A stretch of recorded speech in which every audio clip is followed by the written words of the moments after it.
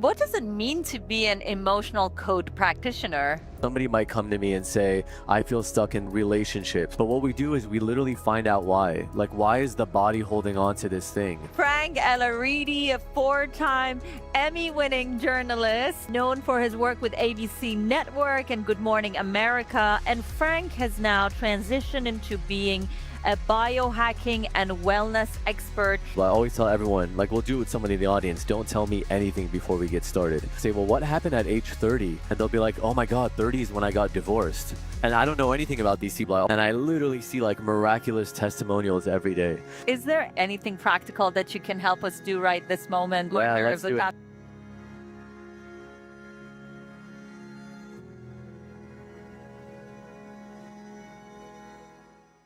Well, hello everybody. Today I'm with Frank Alaridi, a four-time Grammy. A Grammy?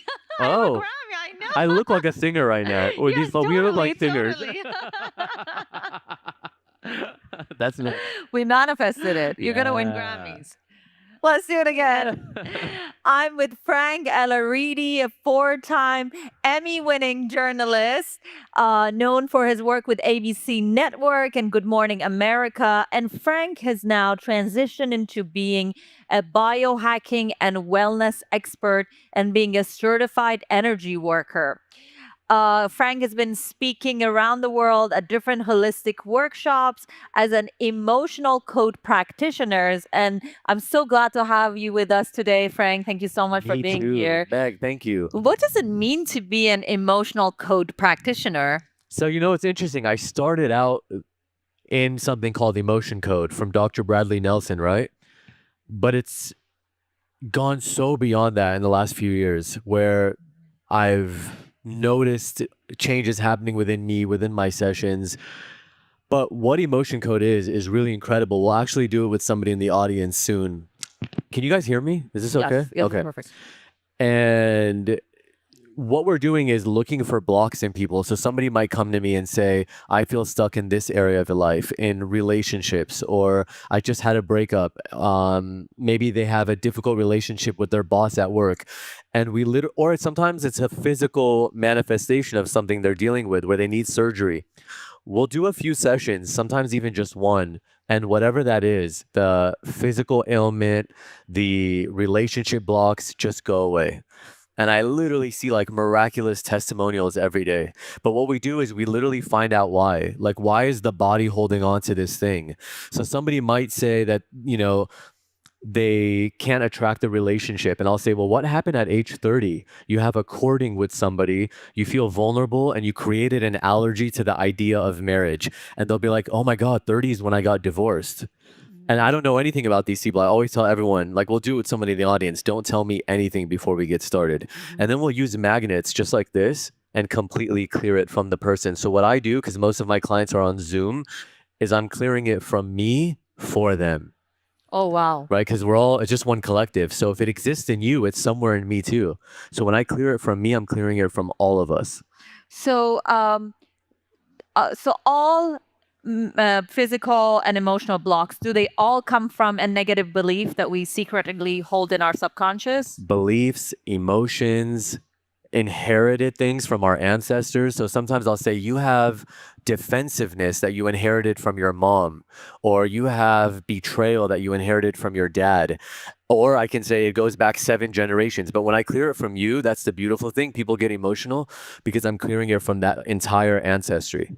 So it's cleared from everybody. So the same way that we inherit our genes from our ancestors, we That's exactly it. inherit our traumas from them, and exactly it. we also inherit our karmas from Karma. them. I'm glad you said Karma, that. trauma, and Exactly. genetics. Which is why also, by the way, like aside from just the work I do, that's why Kriya Yoga and things like that are so powerful, or ayahuasca, anything like that, because you're going into the subconscious, not just for you, but to clear the vessel of anything that it's bringing back from other generations.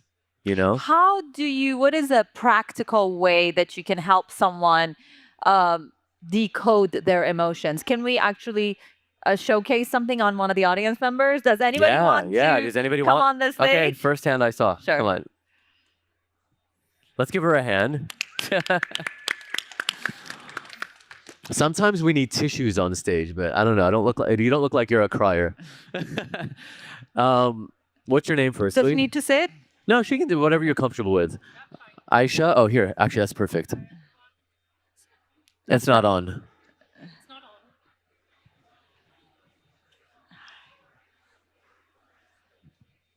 Hi everyone. Yeah. Hi, nice Hi. to meet you. Nice to meet you. person. Thank you. What is your intention that you want to clear around? My intention, I don't know what I'm holding.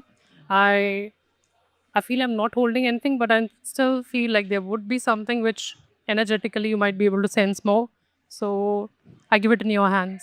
Okay. All right. So there's no specific intention. What I'm going to do is ask her subconscious what are the three biggest things that Aisha needs cleared from her life. And we'll just ask your subconscious. It'll take us and we'll clear those, okay? So I've already while you were speaking, I had already set the intention, which by the way, I also want to say we talked about how the work is also evolving a little bit. There is a subtle frequency from the Divine Mother that's coming through the vessel that is me to everybody in the audience. So even if you're not up here now, you are receiving a healing frequency in some way, whatever it is that you need. I did a TED talk a month ago in the Philippines.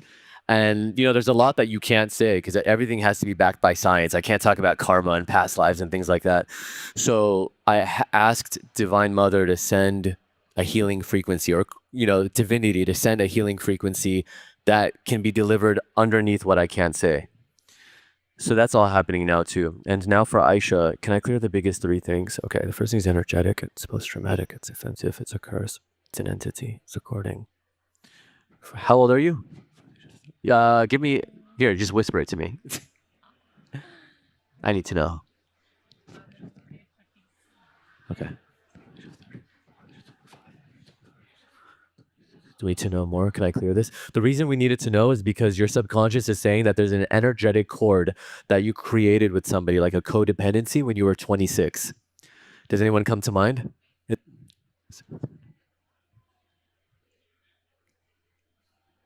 It's usually with like a year that somebody would have gotten married or at 23? Okay, I'll ask if this is with your. Is this with husband? Do we need to know more? It was with your husband. So maybe 3 years down the line, there was some kind of a codependency that got created that wanted to be cleared. Is there more here? It's energetic, circular system. Okay. Disconnection system. Okay, there's something going on in the body, integumentary system, circulatory system, urinary system, digestive system, skeletal system, endocrine system. It's in your nervous system. Is it in the central nervous system, peripheral nervous system? Okay, good. Sympathetic nervous system. Okay. It's in your parasympathetic nervous system. I'm going to find out why. The associated balance is energetic, circular system. We're not going to go too deep because now this is going to get really deep. It's taking me into your nervous system and there's telling me that there's several things that are causing it.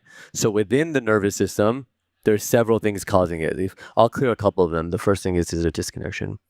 It's an organ system. It's a gland. Male gland, brain gland. It's something in the brain, hypothalamus, pituitary gland, pineal gland, amygdala. It's in your amygdala. So the amygdala is the fight or flight part of the brain. Amygdala. There's an imbalance in that gland that's causing the imbalance in your parasympathetic nervous system. So let me find out why the amygdala is misaligned. The associated balance energetic, circular system misalignment. Okay, system misalignment, common misalignment, chakra misalignment. Crown chakra, brow chakra, throat chakra, heart chakra. It's because, so this is what I'm saying, where it gets sometimes so layered. Way more layered than I like to do on stage, but we're going to keep going. The heart chakra is also misaligned. Your heart chakra is misaligned, causing the amygdala to be misaligned, causing the sympathetic nervous system to be misaligned. So we're just going to clear the one biggest thing that's misaligning your heart chakra, okay? Because this would be like a 15-minute just to clear the heart. Can I clear the biggest thing affecting the heart chakra? The associated amounts of energetic, it's post-traumatic, it's offensive, it's mental, it's a will to, it's no will to. Okay, I'll tell you exactly what. This is the biggest thing that's the heart chakra is carrying on. Column A, it's in column B, it's in row, it's in row 1. Don't trust others. Don't need to know more. No will, there's no desire to trust others from before the age of 10, before the age of 20, before the age of 15, 16, 18, don't to know more. It's telling me we need to know more. I don't know if anything comes to mind. It's from the age of 18. Something happened at 18 where something was created, no will to trust others. Anything come to mind? It's a family. It's family related, not parents. Not parents.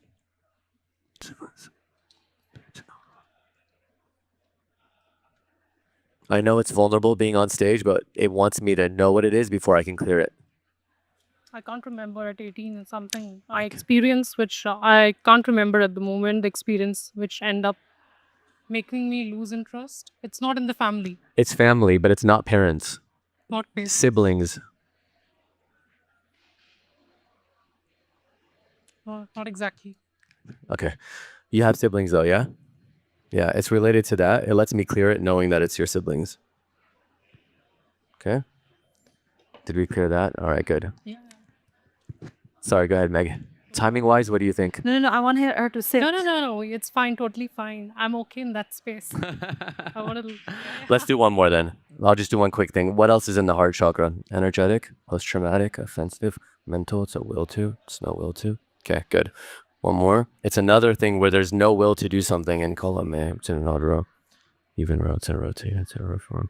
Motor change of transform. Okay, for footage of 30, footage of 20, footage of 15, footage of 10, footage of 5, 4, 3. We don't need to get an age, but there's no will to change and to transform, which always sounds counterintuitive when I'm working with certain people because they're like, I'm at a Mind Valley event. Of course I want to change and transform. Yes. I'll have people who come to me who are like, I want to be married. I want to be married.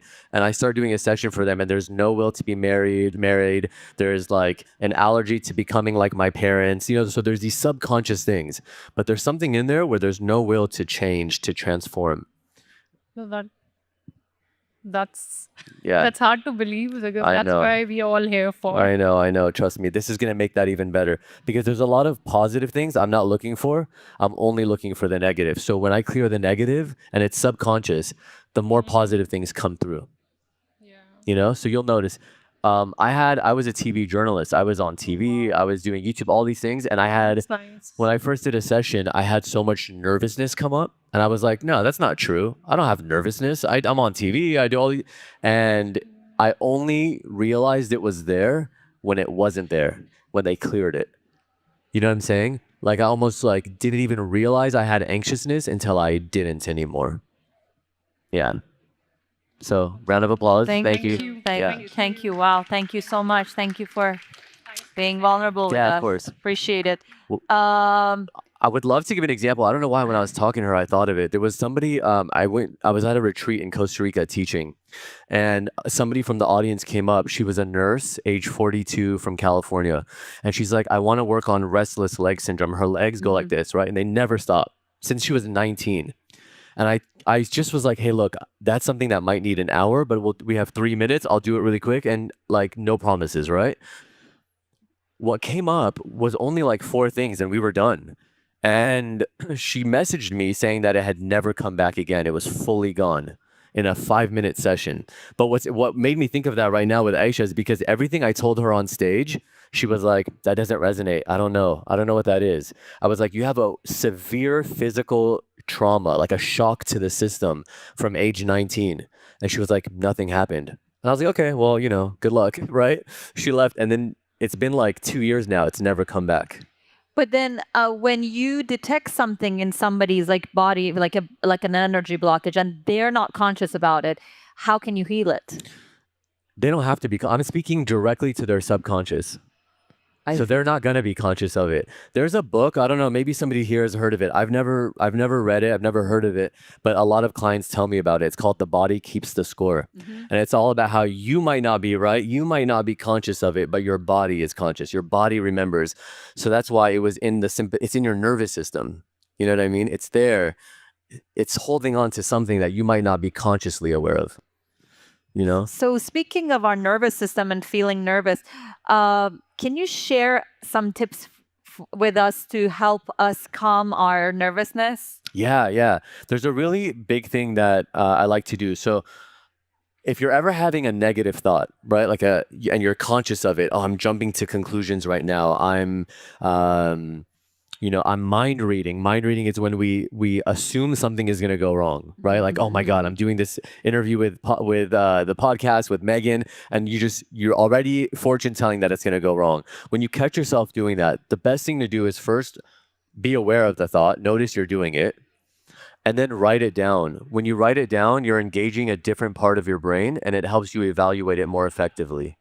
And then the third step is the final step, and you want to evaluate it. You want to come up with evidence for and against it. So let's say somebody gets laid off from a position, and your mind is saying you are a total failure. You are unemployable. Like it's getting down on you.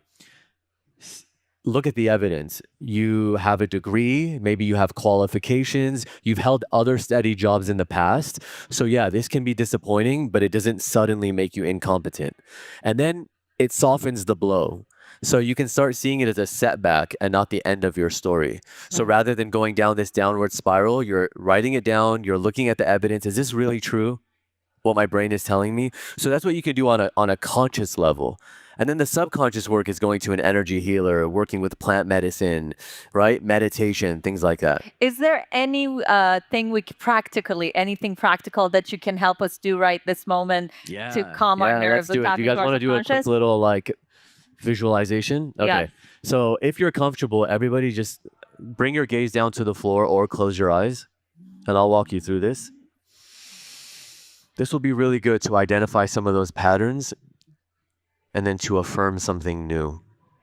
So this is like Muhammad Ali saying, he said, everybody remembers he said, I am the greatest. But he also said, I said that before I knew that I was. So right now we're going to affirm something that we want to do, okay? So bring your gaze down and just say to yourself in your mind, say, I am aware of my feet. And notice how your awareness goes to your feet. I am aware of my hands. I am aware of my breath. And you don't have to control the breath, but just notice how your awareness goes to your breath. And then now say I am and your full name. So I would say I am Frank Alaridi. I am Megan Pormer. Just say your name and think of all the associations that come with that name. All the responsibilities, all the roles that you play and have played throughout your life. Think of all of that. And now take the name out of it. Just I am. Without the roles, without the idea, without the personality that was created in this life. Just I am.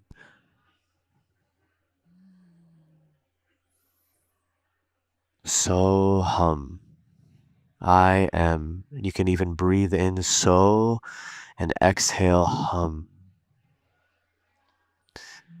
And from this state, just affirm something that you want to affirm. I am enough. I am capable. I am worthy of love, whatever it is. I am comfortable in my body. I express myself easily. And then now taking a deep breath to anchor this in. Deep breath. Hold it at the top. Powerfully exhale it out. One more, breathe in. This time hold it and I want you to tighten everything in your body. Tighten your fists, tighten your sitting muscles, tighten, like really tense. And then powerfully exhale it out. One more, breathe in. Tighten everything, tighten it, tighten it, tighten it. Build tension and then exhale it out. Just take a second here. And only when you're comfortable, you can open your eyes.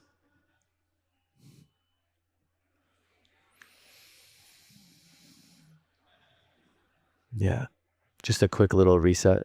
Yeah, how's that feel? Good. Nice. Amazing. Did you do it? Yes. Wow. I feel like a lot of muscle tension and mental tension were just released out of my body and out of my mind. Like the last part. So the reason why we're saying like I am, to be consciously aware of all the personality, all the responsibilities that we put on ourselves, and then to release that and just say I am without the name. So for example, if I used to get really nervous if I would talk on stage or at a podcast, and it was because I thought I needed to be great. I need to show everybody how great, right? And then I came to the conclusion, not just me, nobody is great. Nobody is great. People are only perceived to be great when divinity is flowing through. Divinity is great. Divinity is amazing. And so when I can just be like backstage and say, Divine Mother, Creator, whoever, let your greatness shine through me. Let somebody even get just a sliver of how great you are when I speak. That's it. I'm not great. And then it takes all the pressure out. I don't have to be perfect. I don't have to be amazing. I don't have to be anything because divinity is that. And I just need to be the vessel for that. Wow. Wow. Give it up to Frank you. Alaridi for truly Thank you. being the Thank you. ray of sunshine, not just a sliver, but a big emanation of the divine, and for radiating your energy on all of us. Thank you. Thank you, so Meg. much. Thank you. I appreciate you Thank you so much. Thank you. much.